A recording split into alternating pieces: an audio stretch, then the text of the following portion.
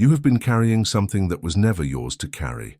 Not a sin, not a spiritual failure, not some deficit you need to work through before you can feel whole. A leash. And the person who placed it on you called it faith. Think carefully about how that works. You were taught that the persistent heaviness you feel, that constant sense of not being enough, is what it means to walk humbly with God. That guilt keeps you near Him. That if the weight of shame ever lifts, if you ever stop feeling like you fall short, you will become proud and drift away from everything that matters. So you accepted it. You wore it quietly. You started calling the heaviness holiness. You confused the ache of the leash with the weight of true devotion. And you stayed there month after month, year after year, carrying something they told you was essential, something they said only a careless Christian would dare to set down. But what if God never put it there? What if the shame you have spent years calling conviction was never from God at all? What if the system that handed it to you confused two completely different things? The voice of God calling you forward into freedom, and the voice of religion pressing you down to keep you manageable. Today, we are going to look at what the Bible actually says, not the filtered version, not the one designed to produce compliance, the truth that was always inside the faith, buried under centuries of institutional shame. And once you see it clearly, you will never be able to confuse the leash with the compass again. If this is your first time on this channel, subscribe right now. We exist for one reason: to pull the truth back out of the tradition that quietly buried it. We do not do comfortable theology here. We do true theology. And that difference is going to matter more to you than you know by the time this video ends. Here is what the truth within faith reveals.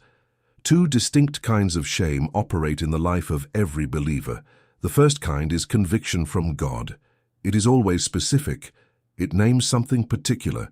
It points clearly in a direction. Conviction says, this thing needs to change, and here is the path forward. It moves.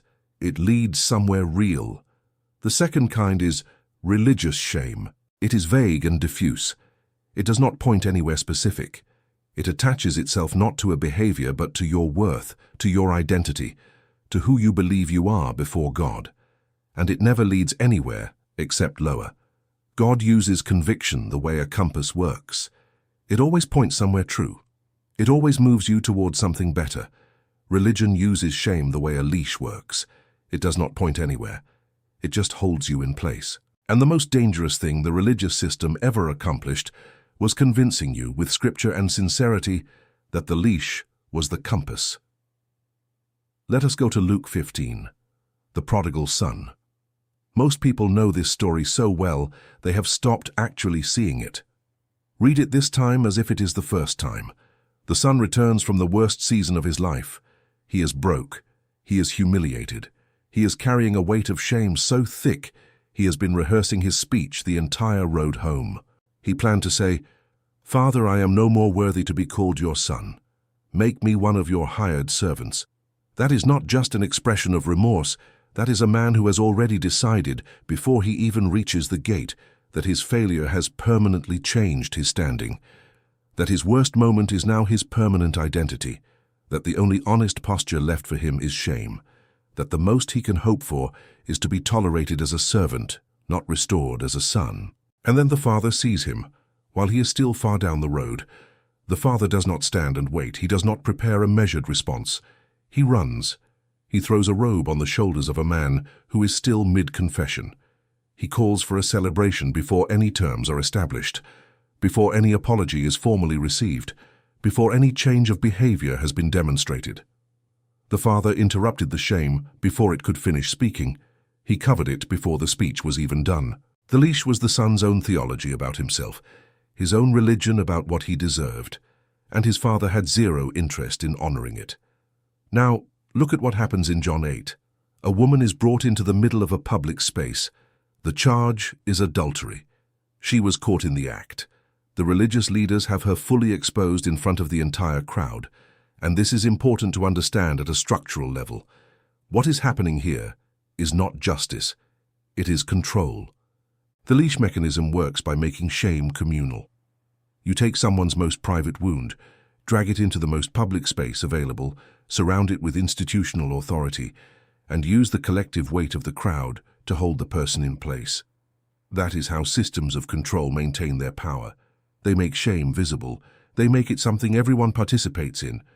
They make it the agreed-upon reality so that no single person can escape it alone. And Jesus walked into that room and dismantled the entire structure in 3 movements. He knelt in the dirt.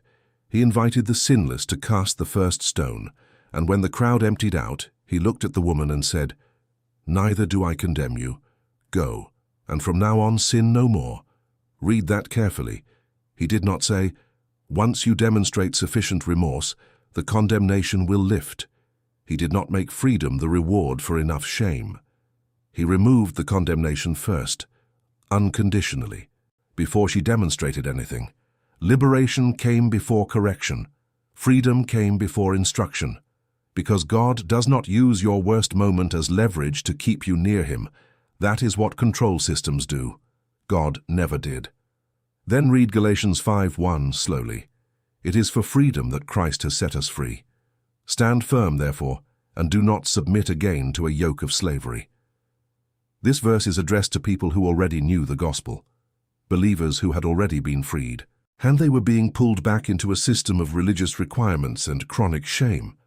Paul calls that whole structure a yoke of slavery, not a slight overemphasis, not a minor miscalculation, a yoke of slavery.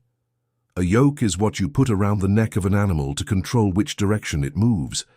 Paul is saying to freed people, Christ removed that. Why are you letting them put it back? The answer now is the same as the answer then, because the system made freedom feel irresponsible, made grace feel like it needed to be earned, made shame feel like the only credible response a broken person could offer to a holy God.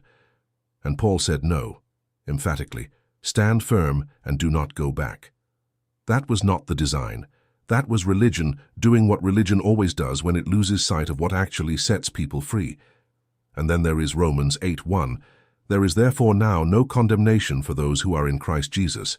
Not reduced condemnation. Not condemnation that has been suspended pending your continued performance. None. The word is final and complete, and it was written to imperfect people in an imperfect church, people who were still failing at things, people who were nowhere near sorted out. And the answer God gave them was not, get your life more organized and then we will discuss removing the weight. The answer was, no condemnation, not because they deserved it, because of what Christ had already done. The leash was cut, not slowly, not conditionally, completely. If what you are hearing right now is landing somewhere you have kept quiet for a long time, I want you to do one thing before you keep watching. Stop scrolling. Drop a comment right now. Right. I am not the leash. Say it in the comment section, because the moment you name it is the moment it begins to lose its grip, and hit the like button. It takes 1 second, and it puts this truth in front of people who need it. There is something I need to put directly in front of you right now, because this video can only take you so far. What we have done here is name the leash and show you where it comes from. But naming it is not the same as cutting it. There is a resource built specifically for what you are carrying. It is called the invisible leash. It goes deeper than any single video can take you. It maps the specific ways religious shame gets woven into a believer's identity over years of exposure to a controlling system. It goes passage by passage through what God actually said about guilt, freedom, and the difference between His voice and the voice of religion. And it walks through a precise process for identifying every strand of the leash still attached to how you see yourself and cutting it. This is not devotional content. It is not a collection of encouraging quotes. It is specific, biblical, and built for people who are done carrying what God never placed on them. The link is in the description below. Go get it before this window closes. It will not stay available at this price. Do not leave it for later. So let me ask you something direct. What are you carrying right now? Conviction, something specific pointing toward a real change, or shame, vague, chronic, attached to who you believe you are before God? If what you feel is a targeted pull toward something true, a specific direction, a real step, that is conviction. That is God's voice. Follow it. But if what you feel is a general heaviness, that does not point anywhere, a voice that says you are never quite enough, a persistent sense that you should feel worse about yourself than you already do. That is the leash, and it was never his. The truth within faith is this: God does not hold you close by keeping you broken. He does not build your devotion by feeding your shame. That is what institutional control looks like, wearing the language of holiness. God heals. He restores. He sends people out whole and free, not reduced and managed. Here is the hardest truth in this video. The reason you believed the leash came from God is because the people who handed it to you genuinely loved God. They were not villains. They were sincere. But sincerity does not guarantee truth. A system can be deeply sincere and profoundly wrong at the same time. The leaders in John 8 loved their law. The older brother in Luke 15 loved his faithfulness. The teachers pulling Paul's churches back into the yoke loved their tradition. Every single one of them was wrong about the method. Not about God. About the method. Shame is not how God holds you. Shame is how systems hold you. God holds you the same way the father held the returning son. He ran toward him. He covered him before the confession was finished. He celebrated him before the terms were set. That is still what God is doing, even now, even in the middle of everything you are carrying, even with you.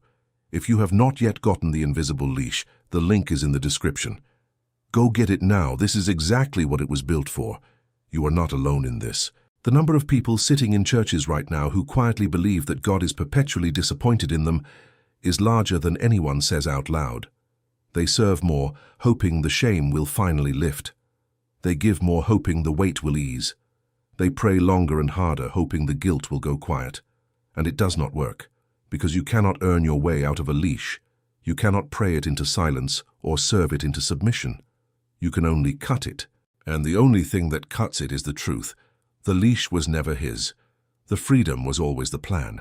From the Father running down the road before the Son could finish his speech. From the Jesus kneeling in the dirt and clearing the crowd before offering any instruction. From the Paul writing in a prison cell, "Stand firm, do not go back.